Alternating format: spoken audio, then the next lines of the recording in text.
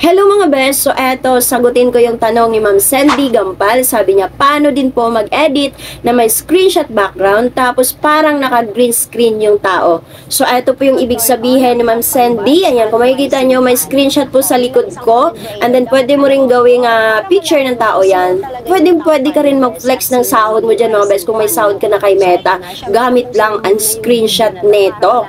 So eto na, sobrang daming paraan kung paano ito gawin. Sobrang daming application na pwede mong gamitin ang green screen. Pero eto, ang ituturo ko sa inyo is napaka-easy way para naman masundan agad ng lahat. At syempre, para ma-apply nyo agad. Lalong-lalo na ikaw na nanonood. At syempre, ikaw Ma'am Sandy na nagtanong. So eto na, gusto mo bang malaman kung paano? Tapusin mo tong video na to dahil ituturo ko sa inyo. Let's go! Ito yung pinaka-easy way kung paano gamitin ang green screen at malagay nyo na yung screenshot nyo sa inyong likod or gagawin, i-flex nyo na. So, ito na mga best. Open mo lang yung Facebook mo.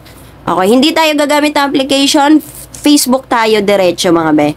Okay, punta tayo sa profile syempre. And then, syempre mga best, ito yung pinaka-easy way.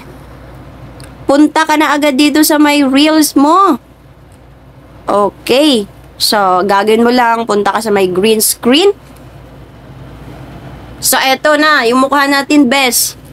Gagawin natin, eto, kung ayaw mo ng screenshot, okay, pwede mo gawin to. Actually, naturo ko na to kung paano gumamit ng green screen. Pero, syempre, baka hindi nila na panood. O, ito na, para sa inyo. So, yan, pwede mo gamitin yan. Pero syempre, ang pinaka-goal natin dito is ituro natin yung screenshot. Okay, punta ka sa may camera roll. Okay, so eto na, be. Hanap ka na ng screenshot mo. For example, ito. Eto, click natin tong yung dashboard ko. Okay, done mo lang. Oh, eto na, oh. Oh, flex mo na yung dashboard mong pulang-pula, char. Oh, ganyan lang kabilis. Ang gagawin nyo, syempre, mag-record kayo kung gusto nyo. Ito, click mo lang to. Yan na yung dashboard ko. Christmas na Christmas char. So, ayun na. Tapos, lang yung video. Then, after, next mo lang. O, tapos lagyan mo ng caption. Tapos, share mo na. Ganun kabilis, mga best.